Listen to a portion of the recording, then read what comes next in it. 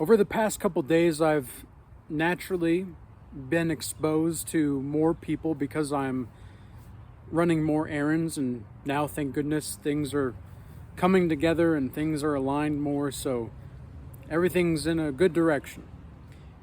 But needless to say, the bizarre inquiry that I had was while I was standing in line at the bank the other day, and I guess it was just yesterday, but still, I was standing in line, and this was the third place that I had gone to run errands. And it finally hit me that I hadn't seen a fit, healthy person in like an hour of running errands across the city. And I found it very strange, very peculiar. It's like the gym is the only place that I see many fit people anymore. Out in the community, it's like I see fit people every now and again, but not very often. Usually it's in the early mornings or the late evenings, and they're going for a run out on the boardwalk here where you can overlook the mountains. And we have this nice, beautiful boardwalk where people walk. And, I live in a very fortunate place to where I have this opportunity, but that's the only place that I really see fit, healthy people now, apart from the gym. And it's like, what is happening, man? There's so many people are letting themselves go, and I know what it's like. I know what it's like to let myself go, because I used to be about 200 pounds at 5'6", mind you. So I was a pretty heavy boy. I was hefty, and I was I was fully loaded, and in not the best kind of way, where I'm fully loaded on semen retention, for example, and celibacy. I was definitely not at my best. And it was only when I was playing Fortnite and I was eating pizza and ice cream and brownies and such, and this was 4.5 years ago, that I finally decided, okay, I can keep being a loser, playing these video games, eating pizza, having ice cream, or I can start aiming to be a winner and start doing push-ups. Because I had just lost this game in Fortnite, and I was so close. I just noticed my emotional response to it was just way more greater than it needed to be.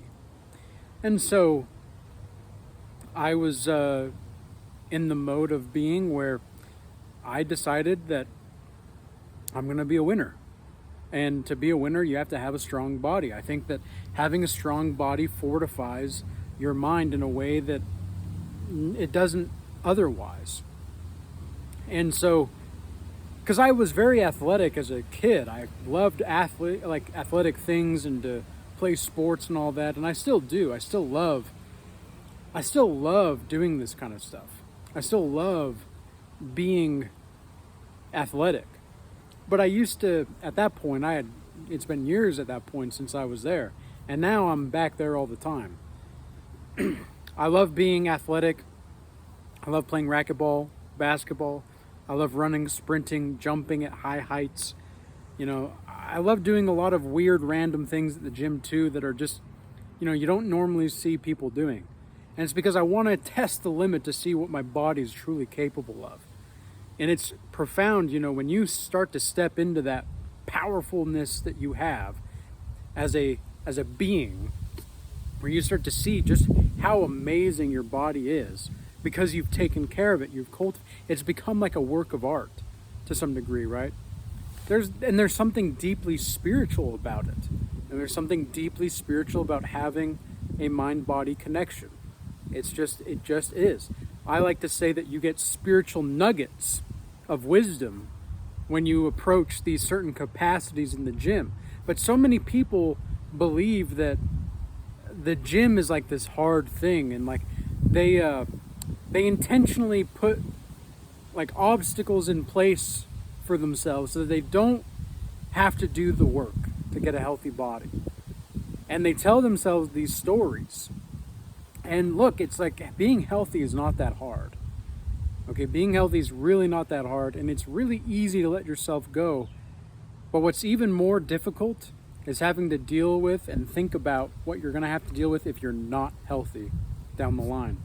I mean, I want to live as long as possible.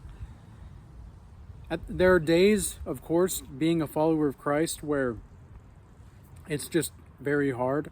It's very difficult. And you're like, okay, God, like, I'm not suicidal or anything, but do we really have to be here for that long? Like, like, why does it have to feel like so long, even though I know the time is not that long and life goes? And I mean, I'm 29 and just 10 years ago went by in the blink of an eye, But it's like, wow, these people that are out here that are indulging in the gluttony of life and that are so focused on the lack of implications of their health, they're focused more on the short-term pleasure. And I genuinely think that it's a sign of moral degeneracy in a society that allows the propping up of this kind of person as well. I mean, think about how we've coined the term fat shaming as a society. I don't think it's shameful to be fat. I think it's shameful to not want to take care of yourself. Because fatness is just like a byproduct of that. Fatness is just like a showing of lack of self-respect, as far as I can tell. And, there are some cultures that believe where, the more fat you are, the more richness of life you have. Well, perhaps, like, why do you think that there's images of the Buddha being fat? Well, it's not like he's actually fat. If anybody knows the story of Siddhartha, Siddhartha, the prince, who actually became, the Buddha, he was actually fasting all the time, and he was very skinny, and he was a beggar. He never had that, but it was an image of soulful fatness. And the Bible actually talks a lot about this too. The Bible talks about your soul being made fat. Okay, well, what does that mean exactly? If fatness is like a form of self-respect, a form of self-disrespect, well, what exactly is that being made fat in the soul? Well, it's the term, and if you look at the root word, it doesn't mean like literal fatness, okay? It means that there's just an abundance of something there. And so if you have a soulful fatness to you, you have an abundance in your soul, basically. That's the most simplest form to put it. But why even care, right? Why even bother getting fit? Why even bother caring about your fitness? Why even bother having a six-pack or anything like that? Well, it's like, I don't think you need that. I don't think you do. I don't think you need a six-pack in order to say I'm healthy. But at the same time, I don't think that you need to be fat in order to have a sense of happiness and joy in life.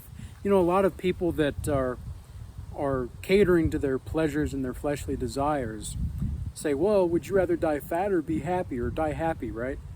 It's like, well, you could live everlasting life. There's always that possibility. And you don't need to be fat in order to do that. I think this is a weird thing that's going on in our society, though, where it's like this, people don't want to be judged for their sins from other people, which I think is okay. I don't think that it's right to judge other people. But I'm going to discern the behavior. Okay, discernment, not judgment. And if you're somebody that can't take care of themselves, obviously, physically, well, that tells me a few things spiritually. Number one, if you're fat, but you seem like you're normal on the surface, what that really is like you're just a consumer. You consume things, you eat things.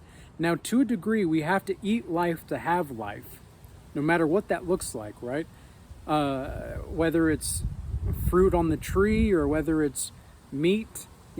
Some people get very testy when it comes to being a vegetarian or being a vegan. Have you ever noticed that with vegans and vegetarians? They're always so pompous.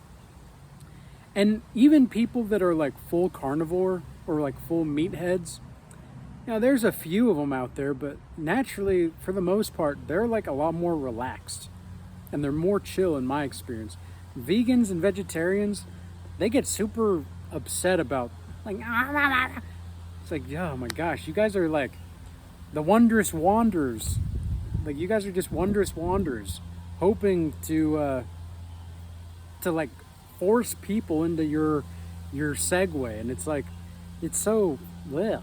Like, it's not that I don't think you can survive on that kind of nutrition plan, let's say, and I think some people, it's better for them to have less carbs than others. Like me, for example, it's much better for me to have less carbs and more protein.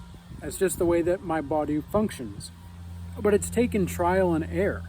You know, and a lot of people want to have this like, oh, well, what exactly do you need to do this, to do that, to do this, to get fit, to get the muscle? It's like, well, there are certain scientific things that you can do, absolutely. But at the end of the day, you know your body more than anybody else, and you have to trust that, okay? In yoga, this may seem like a little too Eastern for the Christians, but a little too Christian for the Easterners. It's like, you have to trust your body. And yes, your body is a temple, but it's not what goes into the body that defiles it. It's what comes out of the body. So, and this is something that Jesus talked about, right? So it's not that. It's what is coming out of you. You know, what is being emanated from you? Is there life being emanated from you? Or is this, you know, I haven't met very many fat people that are pretty pleasant to be around. Have you? They're pretty lonely and depressed and just anxious and well, like there's this constant consumption, you know, and they're almost like trying to consume you without even meaning to. And that's just the way that it works, at least around fat people for myself. And I also know this because I used to be fat. Okay, you've got to be real with yourself. There's nothing wrong with telling yourself the truth, even if it's maybe a harsh truth. Okay, so I hope that this gives people some insight and some revelation on, you don't need to be so serious about health, because I think that people can like lean too far into the health nut category or just health in general to where they don't know how to enjoy life. You know, like I give myself once a week, I give myself one meal to go all out. And I'll go all out, you know, but sometimes I don't. Sometimes I just don't. Sometimes I actually prefer to just kind of keep my lifestyle going the way that I want it to. And so for the last couple months, you know, it hasn't been like that really, because I like being healthy. I don't really have the sugar like cravings. I don't really have those anymore. Like, sure, sometimes I'll want some brownies. And, you know, I'll make some brownies or something, but even then they're like banana brownies. Okay. They're like banana brownies with protein powder. It's not really anything too terrible. Like, yeah, there's some carbs and some sugar in the bananas, and yeah, the chocolate chips, you know, those definitely have sugar and such, but sugar isn't really bad for you. Okay, that's another weird thing about the health nut. Like once you actually lean into the healthiness of life long enough, you start to realize like, okay, butter, as long as it's not got seed oils in it, pretty good for you. Okay, beef tallow, it's like fat juice, you know, that's been hardened. You can use that in your meals, and it's super healthy for you. Boosts your testosterone, makes your balls so big that you don't even know what to do with them anymore, because you're just like, I am like with nature. Like, you're the force of nature as a man, right? And it's like, people just take health too seriously. And it's good to take it sincerely, I think, but not seriously. Work out every day if you can. You know, every day you can work out. But obviously, for those of you that follow Christ, you know that keeping the Sabbath is definitely important. And I didn't used to believe how important the Sabbath was up until a few months ago, and I've started to become more convicted of the Sabbath, and I'm like, okay, I need to allow my body time to recover and to just let go of everything in general, because part of health is learning how to let go of the things you need to do here and there and whatnot. It's just natural, okay? It's important for you to be able to chill. It's as important as of you to be able to chill as it is to be able to have drive and ambition. That's been my experience. And the more balanced I am with that, the easier it is to live the life that I know God wants for me and that I'm going to be obedient with. All right? So, with all that being said, be healthy. Work out every day. You don't need to go crazy every day, but be consistent. Consistency max. Okay? And I introduced a term on my YouTube channel post yesterday called insanity maxing. If you can insanity max, meaning finding sanity within sanity, as I talk about in my book, The Book of Oldishness, you can find sanity in sanity, you're going to find a sense of peace and at ease with existence. So, I hope everybody has a blessed rest of your day. Be healthy, be courageous, be bold, but don't be an idiot, okay? It's not that hard to be healthy. You don't need to overthink it. So with all that being said, peace, and until next time.